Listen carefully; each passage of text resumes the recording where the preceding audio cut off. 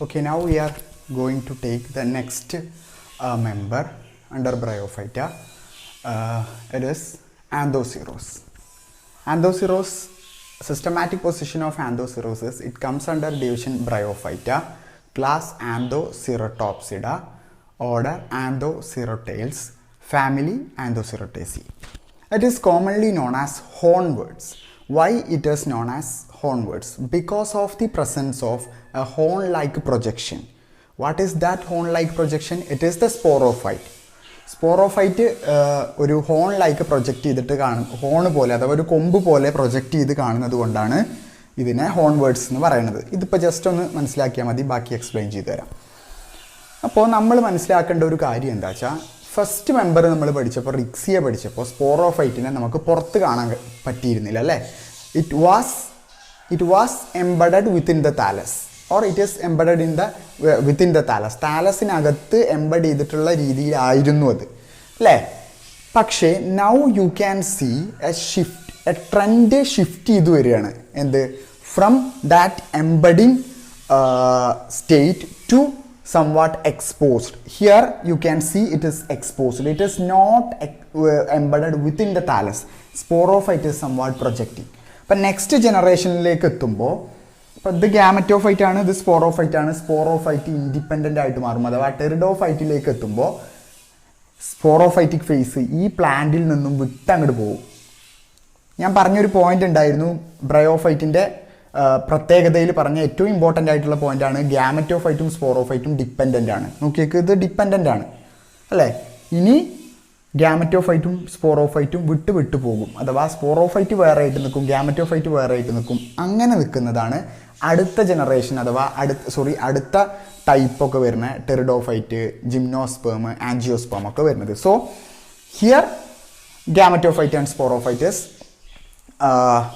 Dependent ആണ്. But still you can see within that embedded state, ആ embedded സ്റ്റേറ്റിൽ നിന്നും now the trend is shifting towards എങ്ങോട്ട്? Exposing their sporophyte. സ്പോറോഫൈറ്റിനെ expose ചെയ്യുന്ന രീതിയിലേക്ക് എത്തി ഇപ്പോൾ. ഓക്കെ, ഇനി നമുക്ക് നോക്കാം ആന്തോസിറോസിനെ എവിടെ കാണാൻ പറ്റും. You can see them on the river banks, rock crevices, forest areas, okay, where abundant moisture is there. Okay, about 32 Indian species are reported from about 32 Indian species are there. Among them Anthoceros chambensis, Anthoceros erectus, Anthoceros himalayensis ഒക്കെ എന്താണ് common ആയിട്ട് കാണപ്പെടുന്ന സ്പീഷീസുകളാണ്. Coming to the structure of gametophyte, here the thallus, what we can see is representing their gametophytic thallus. So what is how gametophyte is organized here? It is dorsiventral like Rixia, green, smooth, green, velvety, smooth. Upper portion നോക്കിക്കഴിഞ്ഞാൽ കാണാൻ പറ്റും deep lobbying ഒന്നും നമുക്ക് എല്ലാ സ്പീഷീസിനകത്തും ഇങ്ങനത്തെ ഒരു bilobed ആയിട്ടുള്ള റിക്സിയുടെ പോലത്തെ സ്ട്രക്ചർ ഒന്നും ഇതിനകത്ത് കാണാൻ പറ്റില്ല. ജസ്റ്റ് ഒരു ലോബ് പോലത്തെയൊക്കെ തോന്നുള്ളൂ, ഡീപ്പ് ബൈലോബ് ഇല്ല. മിഡ്രിബ് ആബ്സെൻ്റ് ആണ് അപ്പർ പോർഷനിൽ. അപ്പോൾ ഒരു ഡോഴ്സൽ ഫറോ എന്ന് പറയുന്ന സംഭവം ഒന്നും ഇതിനകത്ത് കാണാൻ പറ്റില്ല. താഴോട്ട് നോക്കുകയാണെന്നുവെച്ചെങ്കിൽ റൈസോയിഡ്സ് 2 ടൈപ്പ് ഇല്ല, ഓൺലി സ്മൂത്ത് വാൾഡ് റൈസോയിഡ്സ് ഉള്ളൂ. സ്കെയിൽസ് ഇല്ല. ഇങ്ങനത്തെ ഒരു സ്ട്രക്ചറാണ് എന്തിനുള്ളത്, ഗ്രീൻ ആയിട്ടുള്ള കളർ തന്നെയാണ് ബാക്കിയുള്ളത്. സോ ട്യൂബർക്കുലേറ്റ് റൈസോയിഡ് ഇല്ല, സ്കെയിൽസ് ഇല്ല, മിഡ്രിബ് ആബ്സെൻ്റ് ആണ്, സ്മൂത്ത് വാൾഡ് ആയിട്ടുള്ള റൈസോയിഡ് മാത്രമേ ഉള്ളൂ, ഗ്രീൻ ആണ്, ഡോസി വെൻട്രൽ ആണ്, മിഡ്രിബ് ഇല്ല, എന്താണ് ആ ഡീപ്പ് പിന്നെ ബൈലോബ് എന്ന് പറഞ്ഞിട്ടുള്ള സ്ട്രക്ചർ ആബ്സെൻ്റ് ആണ്. But a few species possess this character. അപ്പോൾ ഇത്രയാണ് നമുക്ക് താലസിനെ കുറിച്ചിട്ട് പറയാനുള്ളത്. അപ്പോൾ താലസിൻ്റെ സ്ട്രക്ചർ നോക്കിക്കഴിഞ്ഞാൽ this represents a thallus lobe and this black coloured one represent sporophyte. സ്പോറോഫൈറ്റിനെ എപ്പോഴാണ് നമുക്ക് കാണാൻ പറ്റുക? ഒരു സെപ്റ്റംബർ ഒക്ടോബർ ആ ഒരു മന്തിലാണ് ഈ സാധനം വരിക. ഓക്കെ, അപ്പോൾ നിങ്ങൾ ശ്രദ്ധിക്കേണ്ട ഒരു കാര്യം, ഞാൻ ഒരു താലസിനകത്ത് തന്നെ ഇഷ്ടം പോലെ സ്പോറോഫൈറ്റിനെ വരച്ചിട്ടുണ്ട്. അറ്റ്ലീസ്റ്റ് 4 സ്പോറോഫൈറ്റ് ഞാൻ വരച്ചിട്ടുണ്ട്. എന്താണ് അതിന് കാരണം? ഒരു താലസിനകത്ത് ഒരു സ്പോറോഫൈറ്റ് അല്ലേ ഉണ്ടാവാൻ പറ്റൂ? അങ്ങനെയാണോ? നെവർ. കാരണം എന്താ? ഒരു താലസിനകത്ത് ഞാൻ പറഞ്ഞു റിക്സിയയുടെ കേസ് എടുത്ത് നോക്കിയപ്പോൾ തന്നെ ഒരൊറ്റ താലസിനകത്ത് തന്നെ ഇഷ്ടം പോലെ റീപ്രൊഡക്റ്റീവ് സ്ട്രക്ചേഴ്സ് കാണാൻ പറ്റും. ആന്ത്രിഡിയ, ആർക്കിഗോണിയ ഒക്കെ കാണാൻ പറ്റും. അപ്പോൾ ഇവിടെയും അതേപോലെ തന്നെ embedded within the thallus many archegonia, antheridia can be seen. ഇതിലേതെങ്കിലും ഫെർട്ടിലൈസേഷൻ നടന്ന് എഫക്റ്റീവ് ആയിട്ടുള്ള സക്സസ്ഫുൾ ഫെർട്ടിലൈസേഷൻ ആണെങ്കിൽ ഇറ്റ് വിൽ പ്രൊഡ്യൂസ് സ്പോറോഫൈറ്റിനെ പ്രൊഡ്യൂസ് ചെയ്യും. ഓക്കെ, അപ്പോൾ മെനി അറ്റ്ലീസ്റ്റ് ഈ ഒരു പൊസിഷനിലെങ്കിലും ഈ 4 പൊസിഷനിലെങ്കിലും മെച്വർ ആയിട്ടുള്ള ഫെർട്ടിലൈസ്ഡ് ആയിട്ടുള്ള ആർക്കിഗോണിയ ഉണ്ട് എന്നുള്ളതിൻ്റെ തെളിവാണ് ഈ സ്പോറോഫൈറ്റ്. മനസ്സിലായി എന്ന് കരുതുന്നു. Next, internal anatomy. Anatomical features are very simple in this species, in this genus. Anatomically ഇതിൻ്റെ ഒരു പ്രത്യേകത മാത്രമേ ഉള്ളൂ. It is well defined upper എപ്പിഡർമിസും ലോവർ എപ്പിഡർമിസും ഉണ്ട്. ലോവർ എപ്പിഡർമിസിന് possess rhizoids, smooth walled rhizoids are as an extension of lower epidermis. Tuberculated rhizoids are absent and you can see parenchymatous organization whole. ഇതിനകത്ത് പാരൻകൈമ സെൽസിൽ chloroplast ഉണ്ട്. There reserve food materials pyrenoids എന്നുള്ള രീതിയിൽ അവിടെ store ചെയ്ത് വെച്ചിട്ടുണ്ടാവും. ഇനി you can see some mucilage cells. Mucilage cells എന്ന് പറഞ്ഞിട്ട് ഞാൻ ഇവിടെ 1, 2, 3 ഇങ്ങനെയൊക്കെ അടയാളപ്പെടുത്തിയിട്ടുണ്ട്. മ്യൂസിലേജ് സെൽസ് എന്താണെന്ന് പറഞ്ഞു കഴിഞ്ഞാൽ ഈ സെൽസിനകത്ത് ബ്ലൂ ഗ്രീൻ ആൽഗെ ഇൻഹാബിറ്റ് ചെയ്യുന്നുണ്ട്. അഥവാ നോസ്റ്റോക്ക് എന്ന് പറയുന്ന ഒരു ബ്ലൂ ഗ്രീൻ ആൽഗെ ഈ ഒരു സെല്ലിനകത്ത് ഇൻഹാബിറ്റ് ചെയ്യുന്നുണ്ട്. ഈ ഇൻഹാബിറ്റ് ചെയ്യുന്ന സെൽസിന്, അഥവാ നമുക്കറിയാം ബ്ലൂ ഗ്രീൻ ആൽഗെ നമ്മളിപ്പോൾ മിക്സോഫൈസിയയിൽ പഠിച്ചു കഴിഞ്ഞു. ബ്ലൂ ഗ്രീൻ ആൽഗയുടെ പ്രത്യേകത അവരുടെ കവറിങ്ങിന് ഒരു മ്യൂസിലേജിനസ് പ്രൊട്ടക്റ്റീവ് കവറിങ് ഉണ്ട് അവർക്ക്, അല്ലേ? നോസ്റ്റോക്കൊക്കെ നമ്മൾ പഠിച്ച സമയത്ത് പറഞ്ഞിട്ടുണ്ടായിരുന്നു. ആ മ്യൂസിലേജ് ഉള്ളത് കൊണ്ട് ഈ സെൽസിനെ ഒരു മ്യൂസിലേജ് സെൽസ് എന്നാണ് പറയുന്നത്. And some of the mucilage cells opens out through a pore which is known as, ലോവറിൽ ഞാൻ ഈ അടയാളപ്പെടുത്തിയിട്ടുള്ള ഈ മ്യൂസിലേജ് സെല്ലിലെ ഇത് നോസ്റ്റോക്കാണ്. അതിൻ്റെ ഓപ്പണിങ്ങിനെയാണ് സ്ലൈം പോർ എന്ന് പറയുന്നത്. ഈ മ്യൂസിലേജ് സെൽസിനെ സ്ലൈം സെൽസ്, ഈ ഒരു സെൽസിനെ സ്ലൈം സെൽസ് എന്നും അറിയപ്പെടാറുണ്ട്.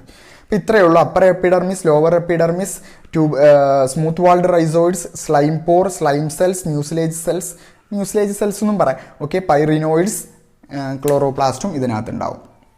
So there is no differentiation into photosynthetic region and storage region. അത് നമുക്ക് കാണാൻ പറ്റില്ല. Okay, next, their apical growth. Apical growth is mediated by a single cell in some species and many cells in other species.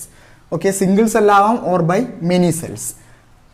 This represents many cells, many meristematic cells which are well protected by a mucilage structure. അപ്പോൾ എപ്പിക്കലിലുള്ള epical notch എന്ന് പറയുന്ന ഒരു structure ഒന്നും ഇതിനകത്തില്ല. പക്ഷേ ഇങ്ങനത്തെ ഈ ഭാഗത്തുകളിലുള്ള meristematic ആയിട്ടുള്ള ഒരു സിംഗിൾ സെല്ലോ അല്ലെങ്കിൽ മെനി സെൽസോ അതിനകത്ത് അതിനെ കവർ ചെയ്തിട്ട് പ്രൊട്ടക്റ്റ് ചെയ്തിട്ട് അതിന് ഡാമേജ് വരാതിരിക്കാൻ വേണ്ടിയിട്ട് മ്യൂസിലേജ് സെക്രീഷൻ ഉണ്ടാവും. അങ്ങനത്തെ ഏതെങ്കിലും സെൽസ് അല്ലെങ്കിൽ ഒരു സെല്ല് ആയിരിക്കും എപ്പിക്കൽ ഗ്രോത്തിനെ നടത്തുക. നെക്സ്റ്റ് നമുക്ക് പഠിക്കാനുള്ളതാണ് reproduction.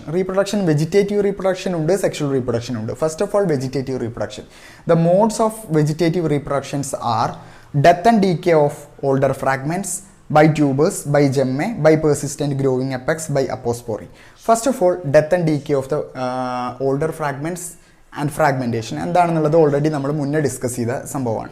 By tubers, some of the species like Anthoceros tuberosum produces tubers which are rich in reserve food materials. ഇങ്ങനെ ഒരു സ്ട്രക്ചർ, ഒരു താലസിനകത്ത് നിന്ന് ഇങ്ങനെ ട്യൂബർ ലൈക്ക് സ്ട്രക്ചർ ഫോം ചെയ്യും. This tuber like structure when they detach from the parent plant it will regenerate the whole thallus. Next, gemma എന്ന് പറയുന്നത് താലസിൻ്റെ മുകളിൽ കാണപ്പെടുന്ന കപ്പ് ഷേപ്പായിട്ടുള്ള അഥവാ ഡോഴ്സൽ സൈഡ് ഓഫ് ദി താലസിൻ്റെ മുകളിൽ കപ്പ് ഷേപ്പഡായിട്ടുള്ള ഷോർട്ട് സ്റ്റോക്കുള്ള ഓരോ സ്ട്രക്ചേഴ്സ് അറൈസ് ചെയ്യും. ഈ അറൈസ് ചെയ്യുന്ന സ്ട്രക്ചറിനെ ജെമ്മ കപ്പ് എന്നാണ് പറയുക. ഇൻസൈഡ് ദാറ്റ്, ആ ജെമ്മ കപ്പിനകത്ത് എന്തുണ്ട്? വെജിറ്റേറ്റീവ് ആയിട്ടുള്ള പ്രൊപ്പഗ്യൂൾസ് ഉണ്ടാകും. ഈ വെജിറ്റേറ്റീവ് പ്രൊപ്പഗ്യൂൾസിനെ പറയുന്ന പേരാണ് ജെമ്മെ. ഈ ജെമ്മയ്ക്ക് എന്താണ് പ്രത്യേകത? ഈ ജെമ്മ കപ്പിൽ നിന്നും ലിബറേറ്റ് ചെയ്ത് കഴിഞ്ഞാൽ as like spore it will regenerate the whole Thales.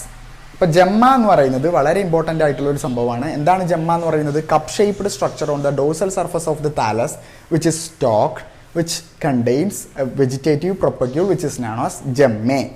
Upon liberation, this will regenerate the whole thallus. Next is persistent growing apex. അഥവാ നമ്മളെ മെരിസ്റ്റമാറ്റിക് സെൽസ് വരുന്ന ഭാഗം മാത്രം ഡെത്തായി പോകില്ല, ബാക്കിയുള്ള ഭാഗങ്ങളൊക്കെ ഡെത്തായി പോകും. അങ്ങനെ ആ ബാക്കി ഭാഗങ്ങളൊക്കെ പോയി കഴിഞ്ഞാലും മെരിസ്റ്റമാറ്റിക് സെൽസ് ഉള്ളത് കൊണ്ട് ഈ ഭാഗം ദ ഹോൾ താലസിനെ റീജനറേറ്റ് ചെയ്യും. അതാണ് persistent growing apex. Next is apospory. Apospory ആന്തോസിറോസിൽ റിപ്പോർട്ട് ചെയ്തിട്ടുണ്ട്. What is apospory? Apo means exclusion, spori means sporic മിയോസിസിനെ എക്സ്ക്ലൂഡ് ചെയ്യാന്നാണ്. ഞാനത് ഡീറ്റെയിൽഡ് ആയിട്ട് ടെറിഡോഫൈറ്റിൽ എടുത്തുതരാം. ഇപ്പം നിങ്ങൾ ജസ്റ്റ് മനസ്സിലാക്കുക. അപ്പോസ്പോറി എന്ന് പറഞ്ഞു കഴിഞ്ഞാൽ സ്പോറോഫൈറ്റിക് ജനറേഷൻ വന്നു. നെക്സ്റ്റ് ജനറേഷൻ എന്താ വരേണ്ടത്? ഗ്യാമറ്റോഫൈറ്റിക്. മനസ്സിലാക്കാൻ വേണ്ടിയിട്ടാണ് പറയുന്നത് കേട്ടോ. Development of gametophyte from diploid sporophyte. Diploid ആയിട്ടുള്ള സ്പോറോഫൈറ്റിൽ നിന്നും ഗ്യാമറ്റോഫൈറ്റ് ഡെവലപ്പ് ചെയ്യുന്നതിനെയാണ് അപ്പോസ്പോറി എന്ന് പറയുന്നത്. വിത്തൗട്ട് സ്പോറിക് മിയോസിസ് അഥവാ development of gametophyte from diploid vegetative cell of the sporophyte without sporic meiosis is known as apospory.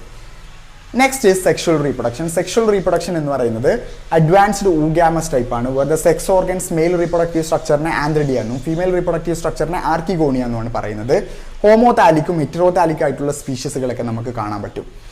ആന്ത്രിഡിയത്തിന്റെ structure മാത്രമേ നമുക്ക് പഠിക്കാനുള്ളൂ, ഡെവലപ്മെന്റ് നമുക്ക് ആവശ്യമില്ല ആർക്കിഗോണിയത്തിന്റെ. അപ്പോൾ ഫസ്റ്റ് ഓഫ് ഓൾ ആന്ത്രിഡിയത്തിൻ്റെ സ്ട്രക്ചർ എടുത്ത് നോക്കിക്കഴിഞ്ഞാൽ റിക്സിയയിൽ നിന്ന് ഇതിനുള്ള വ്യത്യാസങ്ങൾ എന്തൊക്കെയാണ് നോക്കിക്കഴിഞ്ഞാൽ ഒരു ആന്ത്രിഡിയൽ ചാമ്പർ ഉണ്ട്. രണ്ടിനും ആന്ത്രിഡിയൽ ചാമ്പർ ഉണ്ടായിരുന്നു. മറ്റോടത്ത് ഒരു ക്യാവിറ്റി എന്ന് പറഞ്ഞിട്ടാണ് നമ്മൾ പറഞ്ഞത്. പക്ഷേ ഈ ആന്ത്രിഡിയൽ ചാമ്പറിനെ പ്രൊട്ടക്റ്റ് ചെയ്തിട്ട് ഒരു റൂഫ് കാണാൻ പറ്റും.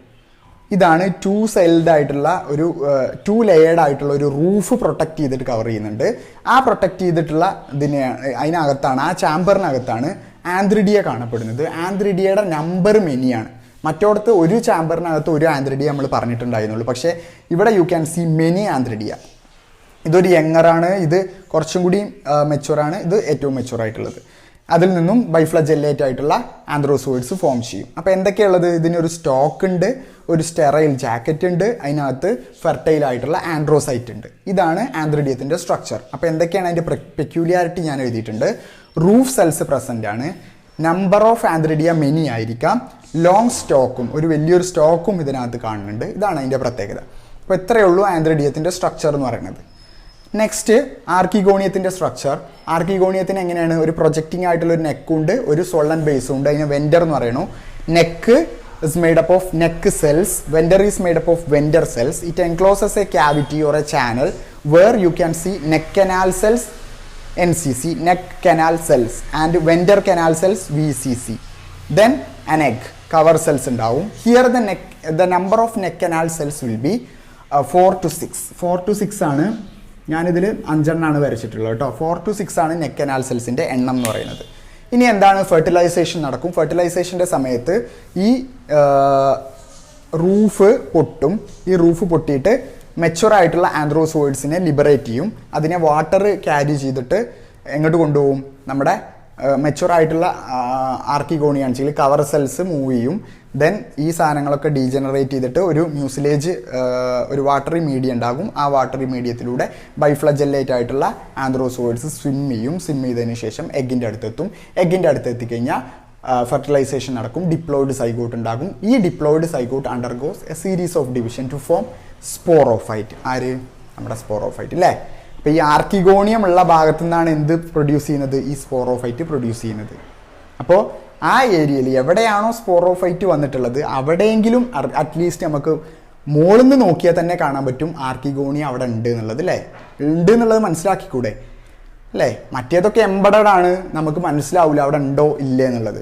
സെക്ഷൻ എടുത്ത് നോക്കുമ്പോൾ മാത്രമേ കാണാൻ പറ്റുള്ളൂ. പക്ഷേ സ്പോറോഫൈറ്റ് വന്നു കഴിഞ്ഞ ഭാഗങ്ങളിൽ എന്തായാലും ആർക്കിഗോണിയ ഉണ്ട് എന്ന് നമുക്ക് ഉറപ്പിക്കാം. ബിക്കോസ് ആർക്കിഗോണിയത്തിലെ എഗ്ഗിന് ഫെർട്ടിലൈസേഷൻ നടന്നിട്ടാണ് ഈ സ്പോറോഫൈറ്റ് ഉണ്ടാവുന്നത്. സോ ആ ഒരു ഏരിയ ആർക്കിഗോണിയത്തിനെ റെപ്രസെൻറ്റ് ചെയ്യുന്നതാണ്. അപ്പോൾ ഇത്രയാണ് നമുക്ക് പറയാനുള്ളത്. നെക്സ്റ്റ് നമുക്ക് സ്പോറോഫൈറ്റിൻ്റെ സ്ട്രക്ചർ നെക്സ്റ്റ് ക്ലാസ്സിൽ ഡിസ്കസ് ചെയ്യാം.